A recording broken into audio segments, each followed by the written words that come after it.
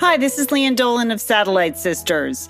In addition to hosting Satellite Sisters podcast, I'm also a novelist. And I'm guessing that if you listen to Satellite Sisters and you're listening to this in our podcast feed, you know that. Well, on April 5th, my next book, Lost and Found in Paris, is coming out. And I thought it might be really fun to share some audio clips and a little behind the scenes of the new book, Lost and Found in Paris. So that's what this special little podcast is all about. I'm going to tell you a few stories about how I came up with the book idea.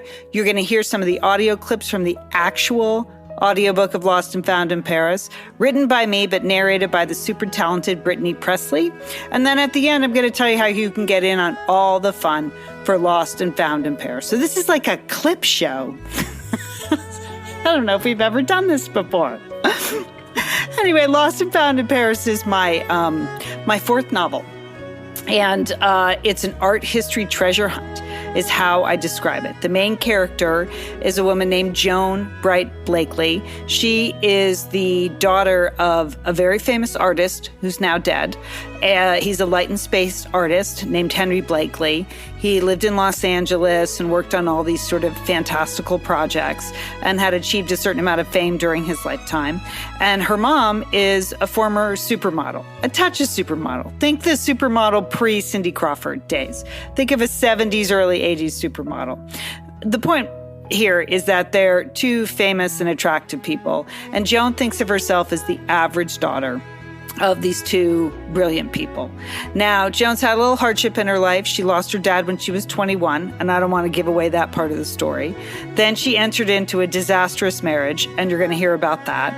And her boss gave her an out, a trip to Paris to do what Joan likes to do best. Joan works at a museum. She is an arts educator, sort of a junior curator, but doesn't really have the credentials for that, but she does some of that because of her parents' background. And occasionally she's an art courier. She carries paintings to and from one museum to another, one museum to a buyer to a seller to a museum. Joan does that in her spare time. So Joan's had a disastrous couple of months. Her husband surprised her with now ex-husband, with a terrible announcement, and I'll save that for the book. But in this first clip, what you're going to hear is her boss at the museum giving her an out, a way she can get out of Dodge. And Dodge is Pasadena, California, where she works at the William Aston Museum. So give a listen to this clip. So, Joan, are you still interested in polishing up your French and working in a Parisian art gallery? David Weller, director of collections, said as a greeting, referring to Candy's column of a few months ago. Yes, I read Candy's dish. I have to know my donor base, don't I? I was trying to get ahead of the gossips, and I think it worked. But I can see where it may have surprised you. It never occurred to me you read that column. Please don't take it as a resignation. I didn't. Plus, Candy can get anybody to say anything. I've learned the hard way. David had been at the Wham for decades, a well-regarded art historian who combined that with arts management and business savvy. He was confident and warm, but never chummy. It was hard to picture him getting carried away at any time with anyone. He refers to himself as the guy in charge of the art. And he was, from maintaining our current collection to acquiring new pieces. But we did have an unusual call, and I thought of you. Oh, really? Why's that? I tried to make my voice cheery, even though my mood wasn't. Final paperwork for the divorce had come through that week. In record time, my divorce lawyer had informed me. Very proud of her expediency. I didn't expect the legal finality to hit me so hard, but the end triggered random acts of sobbing all week. I didn't want to cry anymore in front of work colleagues, especially a serious and sober man like David Weller. Did the Chagall stained glass acquisition happen? Are we celebrating? Unfortunately, no. I believe as long as the owner is alive and kicking, we'll have to wait for our Chagall. But I did just get a call from a dealer in Paris at Margot and Fees. Do you know of them? I shook my head. They have a small gallery in the Marais, and most of their work is done in discreet transactions. European royalty selling off some of the family treasures to pay the bills. Mid-level works of art, usually. particularly decorative pieces, furniture, sculpture, and manuscripts. The business has been in the family for generations. That's how I know about them. It seems they have someone interested in our Pantheon sketches." My ears perked up immediately. The Pantheon sketches were a treasure to me. A collection of pen and ink drawings that came to the museum in the early 60s as part of the sweeping Duveau Gallery purchase, an acquisition of about 800 pieces of European art and the New York City building that housed the gallery. Collector Wallace Aston had wanted to make a quick splash in the realm of European art, doing so with the purchase of a well-regarded New York gallery. All the art, the building, the reputation, lock, stock, and barrel, was acquired in a single transaction. Aston was mostly interested in the paintings, but along with masterwork oils, he acquired furnishings, decorative arts, ceramics, some ephemera, and many sketches of famous works. The museum had sold off the majority of the acquisition to cover the cost of the initial investment, but about 100 pieces remained in the collection, most archived because of condition, age, or irrelevancy. The Pantheon sketches were the work of Jules Eugène Lenepveu. They were never shown pieces due to their delicacy, but because of my personal interest in Joan of Arc, I'd seen them many times, allowed to page through the collection like the latest issue of Allure, a museum perk. Jules Eugène Lenepveu was a barely known but respected French painter of the late 1800s who specialized in vast historical canvases. His work once decorated the ceiling of the Paris Opera and the Theatre of Angers, though in each case, those paintings had been covered over to make way for another artist. His most famous paintings were 8 panels depicting the life of Joan of Arc at the Pantheon in Paris, 4 huge portraits of Joan as shepherdess, warrior, and martyr, and 4 friezes depicting corresponding scenes of Joan during the 100 Years' War. Richly detailed, vibrantly hued, and skillfully painted, the Joan of Arc wall is an unexpected pleasure for those who wander into the church in the Latin Quarter. Unlike some muralists who worked on the surface of the ceiling or wall, Lenepveu painted on canvases that were then attached to the wall with glue. Like most artists, before Lenepveu painted the canvases, he sketched. The Wham owned these simple, delicate sketches, studies of Joan, at once both intimate and powerful, as Lenepveu clearly viewed Joan with awe and reverence. Joan in armor, Joan in peasant's clothing, Joan clutching a cross at the stake. The sketches were on 11 by 14 drawing paper, all the panels rendered both in pen and ink and then again in watercolors. 16 in all. The sketches were loose in a black portfolio case protected by an archival sleeve. The collection of sketches didn't constitute a priceless piece of art, but for the few admirers of Lenepveu, and the many, many more admirers of Joan of Arc worldwide, owning the drawings of the patron saint of France would be worth several $100,000.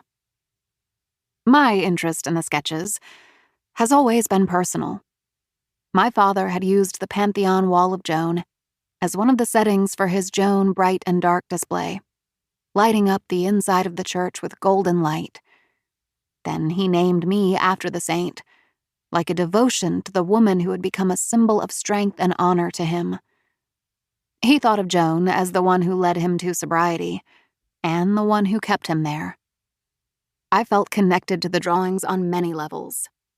Sometimes, I would remove them from the portfolio and lay them out on the work table portfolio, just to soak them in.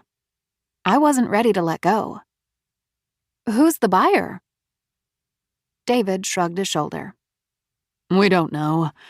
I spoke with a Beatrice Landreau, and she said the buyer would like to remain anonymous for now. Apparently, the buyer doesn't fly, but would like to look at the sketchbook in person, so asked us if we could bring it there. Of course, I thought of you to be the courier. And if it sells, it would be a great first-person story to add to the lecture you're working on. Here's a case where it makes sense to sell off a piece of the collection. We'll never show it. It belongs in the hands of somebody who'll appreciate it. If going to Paris is of interest to you, At this time, the job is yours. Ooh la la, right? Now we know Joan is headed to Paris and things are going to happen. And you know how we know things are going to happen? Because it's a novel, people. You can't just have Joan go to Paris, have a great time, and get on the plane 5 days later. That's not much of a novel. That's people's, Instagram accounts. So I'm going to save some of the details about what happens in Paris because, you should read the book or listen to the book. But this next clip is just one of the little fun things you get to do as a novelist when you're writing something like this is get the details right on all kinds of things. Now, this book happens to be set in 2011. There are a lot of references to the 70s, to the 80s, to the 90s, to the aughts, but the book is actually set in 2011. So it means if you're referencing Joan in real time, which is 2011 in the book, you need to understand what music might be playing at a club she goes to. What might she be watching on the plane? What movies would have been available? What would she be wearing every day or something special? What was the dress of the season that year? Well, those are the really fun details that you get to research, and you can go down some rabbit holes, so you have to be careful. You don't spend all day researching what was the dress of 2011, but as soon as I saw what the dress of 2011 was, I knew Joan had to wear it somewhere in this book, and that is what you're going to hear a little bit about here. Joan has a date in Paris. Again, ooh la la, and we're going to get to see and hear what she wears. Here's Brittany Pressley again from the audiobook of Lost and Found in Paris. It was Paris, so I had packed one decent black dress, in addition to my low-key jeans, jackets, and lifetime supply of scarves. Actually, it was more than decent. It was a fitted Roland Mouret number with a deep square neckline my mother had bought for herself a few seasons ago, but then claimed was too young for a woman of a certain age. It was a weak moment. Me, a good Cabernet in the Neiman Marcus catalog. She forced it in my bag along with that Elsa Peretti cuff, insisting, you never know who you might meet. After a walk up and down a good stretch of the Seine to take in the skyline and stay awake, I felt refreshed. Being back in the city I loved was like a jolt of energy running through my brain. Seeing the jagged profile of Notre Dame against the background of gray sky was all I needed to shake the jet lag from the travel and the last few months. Everything had changed and nothing had changed. I popped into several markets on the way back to the hotel to assemble a light lunch of bread and cheese and more bread. I did one of those idiotic American gestures, taking a theatrical breath as I walked into Boulangerie Julienne for a baguette. The locals paid no attention, but I knew I needed a few more days here before I acquired the cool shrug of belonging that Parisians shared. I spent the afternoon babysitting the sketches, attempting to give myself a professional-looking blowout and checking my email. My brain nearly short-wired when I saw a message in my inbox from Casey with the subject line, "You look great. Can we meet?" First a text, now an email? He must need something, a favor or introduction to someone. The gall, I thought, but was even more shocked when the email itself hinted about a reconciliation, with a line about meeting so that we could heal together. The ego and the gall. I deleted it, in case I might be tempted to answer it after a few glasses of wine. Then I retrieved it and stuck it in the folder labeled Casey Sucks, with all my divorce-related emails. Maybe one day I would respond. But my rage led me down a rabbit hole of searching for images of Casey and family online. Like the paparazzi was going to care if a second-tier photographer and his baby mama went on vacation. One quick search did bring up several photos of the two of them together at various restaurant openings and art shows. There was even a shot of the whole family at the Eagle Rock Farmers Market 4 years ago.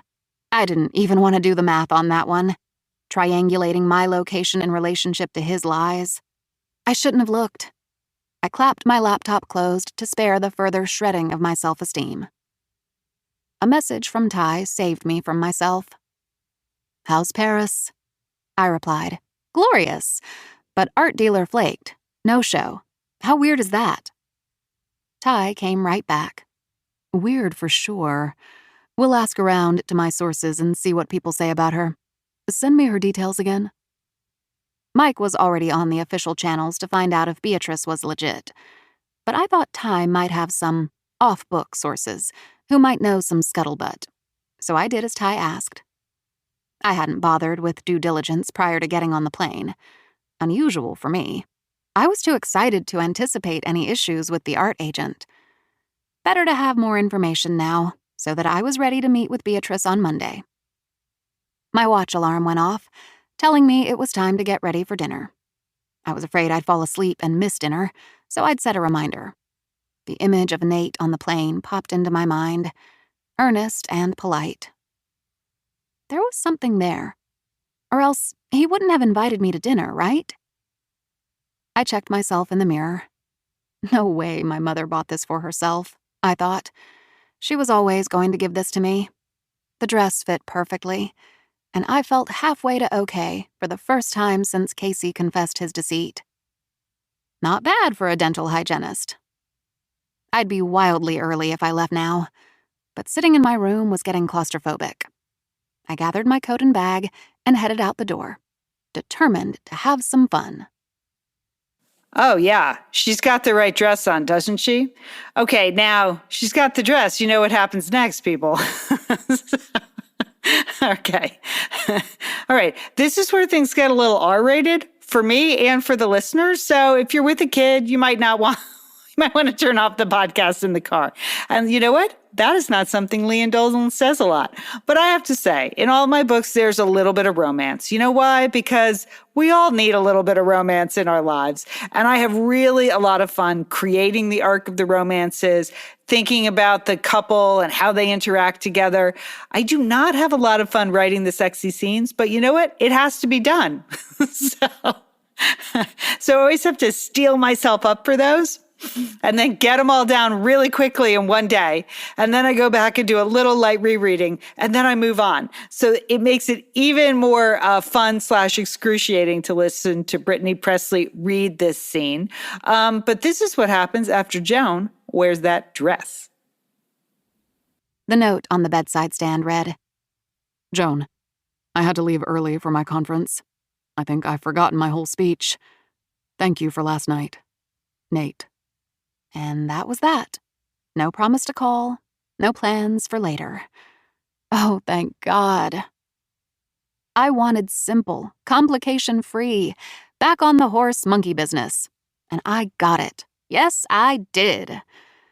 Checking the next step in my recovery off the list, adding it in with announcing breakup to press and signing divorce papers. One of the many things I had to do to move on. Though I have to admit, for a math nerd, Nate had pretty great shoulders and unexpected take-charge manner.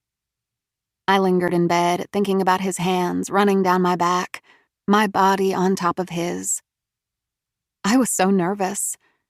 Being with somebody new was surprisingly exciting and intimidating at the same time. The bravado I had felt on the street dissipated by the time we rode up in the tiny elevator. Breathe. Enjoy. Damn it, relax. Nate seemed to understand and went very slowly. He made quite an event of unzipping my dress, clearly an admirer of French fashion designers. Taking his time to move from back to front, he traced my collarbone with his finger a dozen times, while brushing his lips to my neck, forehead, cheek, earlobe. His attention steadied my breath while ratcheting up my desire. He slipped the dress over my shoulders, while his eyes dipped down to my breasts and back up to meet my eyes. His lips followed where his eyes had been, and I responded immediately. I could feel the fabric pulled around my feet, while his hands moved strongly across my hips and down my thighs. "You are very lovely," he whispered, stepping back. I stepped out of the dress, and Nate rescued it from the floor, taking care to lay the dress over a chair back before we fell onto the sheets. Thank you. And that's the way I felt in the morning, lovely and smug, having pulled off such a night. Nate was the perfect choice for undoing the damage that Casey had caused. Somebody thought I was lovely. Somebody thought I was enough. I did have a slightly foggy head, so there was that. But I was sure a cup of coffee and a brisk walk through the Luxembourg Gardens would take care of it. I had a whole day to kill, most of it in my hotel room, so I didn't even mind the hangover. I checked my cell phone. It was almost 9. It was only when I hopped out of bed that I noticed my closet door ajar. Had I left it open last night?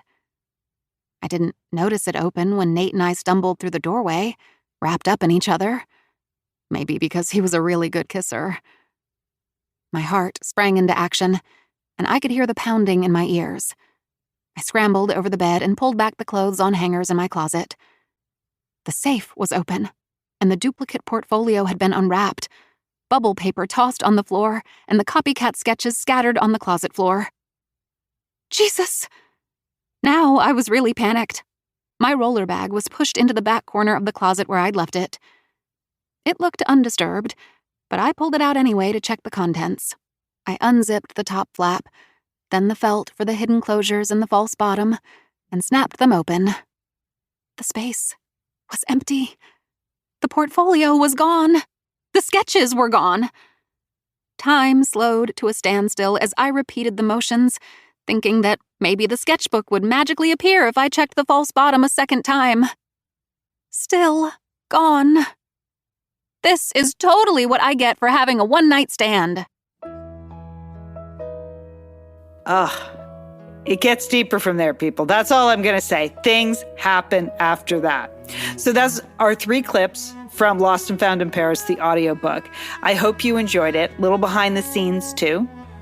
The book comes out April 5th, but there's a lot going on right now. There's a great giveaway going on. That is a beautiful gift basket from Paris. We're doing a special Satellite Sisters show on April 5th called We Love Paris, and our guest is Patricia Wells, who's a wonderful cookbook author. So we're giving away her cookbook. We're giving away a signed copy of my book. There's a cute Paris mug, and there are Paris kitchen linens. There's even an Eiffel Tower cookie cutter. So you're going to want to enter that. There's no purchase necessary to enter, but hey, it's Paris. You know, why don't you just pre-order the book? That would be great. You have a few days left for that. Who wouldn't love it to be right there on their doorstep, April 5th, the day that it comes out, or boom, drops right into your Kindle, or right into your Audible book? Let's do it, people. Let's do some pre-orders. There is an event schedule if you look in the show notes or at my website, liandolan.com. I am hitting the road April 6th and going to Southern California, Northern California. I'll be in Southport, Connecticut. I'll be in Oyster Bay, Long Island. I'll be all over Southern California, including the Los Angeles Times Festival of Books. There are lots of public events. There are private events as well. Some are ticketed, some are not, but they're all on my website at liandolan.com. Mainly, I just hope you love the book. I hope you tell your friends about it. I hope you tell your book club about it. And I hope you feel like after you've read it, that you have had kind of a sexy vacation in Paris. That's my dream for you. A big thanks to HarperCollins Audio for sharing these clips with us. A big thanks to you, of course, for listening to this podcast and to Satellite Sisters and to supporting my work for so long. It's made a huge difference to me. I'm so looking forward to